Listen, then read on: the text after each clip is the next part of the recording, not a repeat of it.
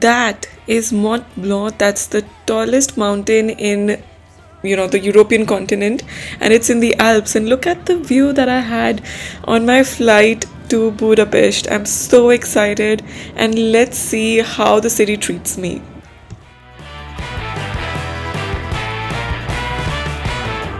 One by one, billion by billion, been holding up half the sky. Raise your hand if you're ready and willing, if you know it's time. Number one on the things not to do in Hungary is to make fun of the name of the country. Please don't go around and make jokes about the name and that you're hungry. Please don't do that. Number two on the things not to do in Hungary is the pet peeve of most of the Hungarians, and that is to pronounce their capital city wrongly. So it is Budapest, not Budapest. So avoid that mistake. Break free of history, this train is racing straight ahead. No man can do like I can, I'm the queen of the land. I'm so glad I had more than a day or two in Budapest because I really needed it to be slow. I had my work along.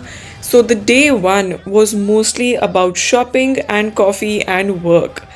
Honestly, I was not prepared for the weather Budapest was offering me, so I really needed some thick clothes on me to be prepared for the cold.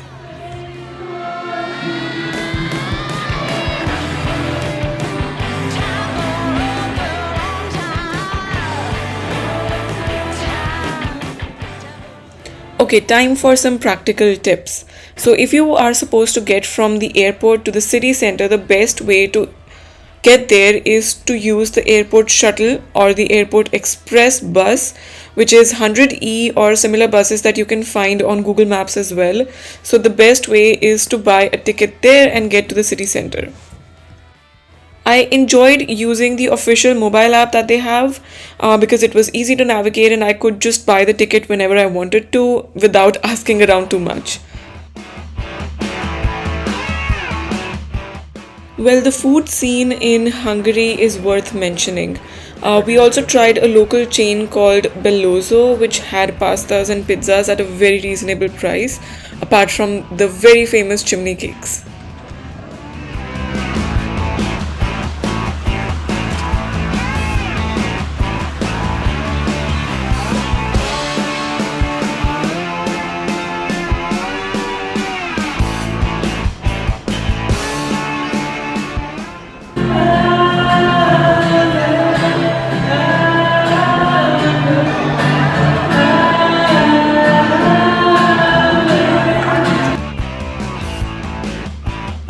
In the quest of finding new clothes for layering up, I came across Decathlon and the mention of their efforts for sustainability. I was impressed to see how much thought goes into this.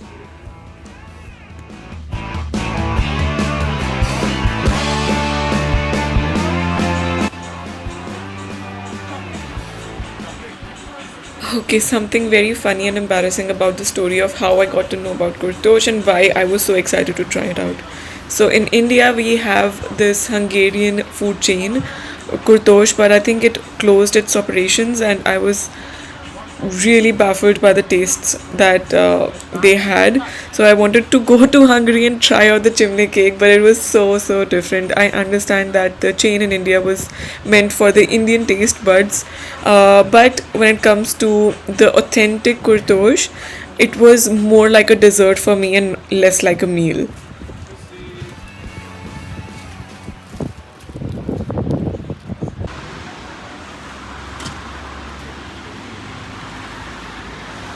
My hands were freezing, so I had to come indoors to try out kurtosh, but it was so worth it, and I'm glad that I had it as dessert. After this Christmassy, rainy, windy evening, I was looking forward to the thermal bath day. Lately you don't feel like yourself, and you kinda hate it. You suppress all of the thoughts in your head and say it's complicated. You You hide your pain, but I can see it etched on your face. I know the feeling, swear you're okay, but you're barely breathing. Don't you walk away. There's a feel you're getting lost. With over 1,000 thermal springs across the country, Hungary is a haven for those seeking thermal bath experiences just like me. The culture of bathing dates back to the Roman times and it comes from the Ottoman influence. It's almost 4 degrees Celsius outside and I cannot wait to be inside almost 30 degrees Celsius water. It's going to be super exciting. Tell me what's been going on.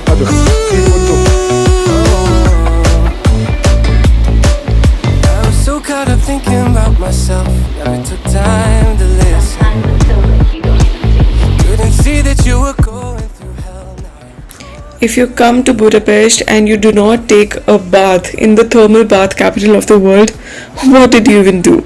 I am so thankful to the person or whoever invented this entire thing because it is mind blowing. This thermal bath is located on the Margaret Island. It's not one of the most popular ones, but it was worth every penny. It wasn't very expensive, not crowded. It had some indoor immersion pools and also this big outdoor pool. I couldn't film a lot because I was just careful of everybody's privacy, but my favorite one was the pair of hot and cold immersion pools in which you step inside the super hot one and then the super cold one and then you keep repeating it.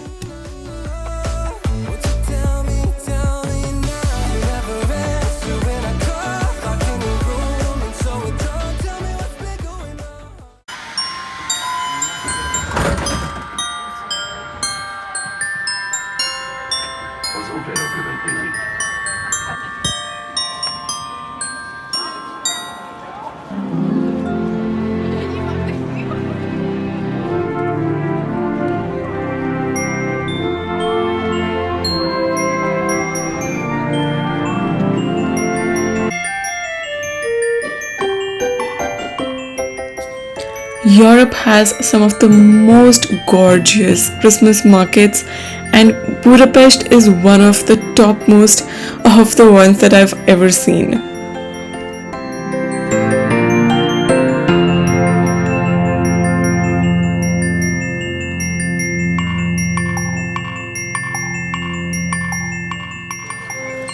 What's not to enjoy in Christmas market? Mulled wine, hot chocolate, lots of sweets and dessert and chocolates.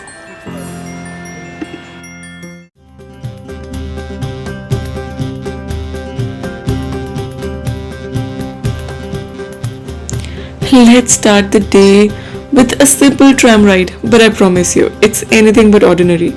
Let's dive into the heart of Hungary. I had already witnessed the Danube river yesterday because I went to Margaret Island for the thermal spa, but it was different today because we are supposed to go to the other side of Budapest and explore the Gothic architecture. And it starts snowing.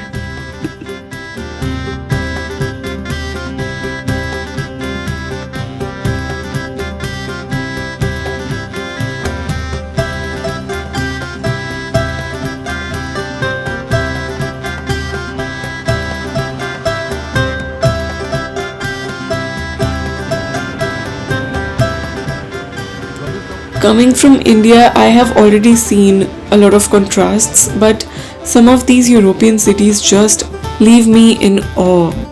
There's this side of Budapest which is modern, which has all of the, high-tech buildings, and then there's the other side which is boasting its centuries long old architecture.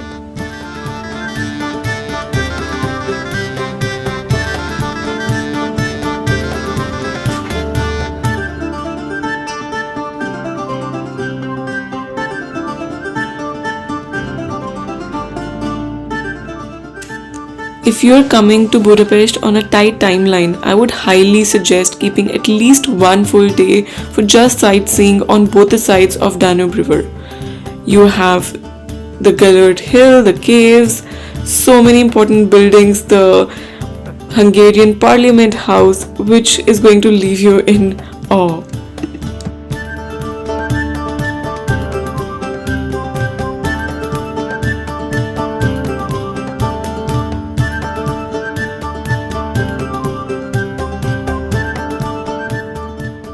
Look at that trams laying on the streets of Budapest.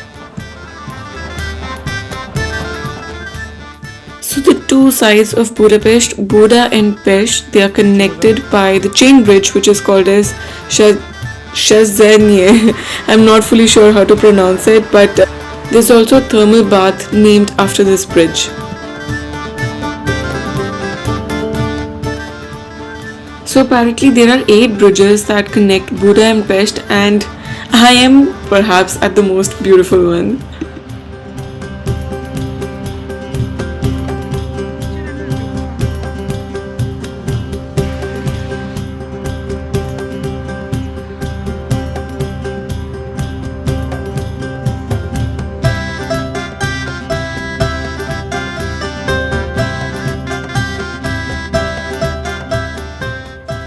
Since the Christmas market has so much to offer and so much to see, we had to come again.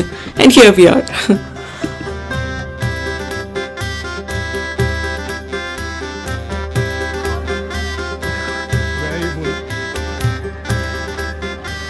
I'm sad to say this, but goodbye Budapest. You gave me lots of beautiful memories.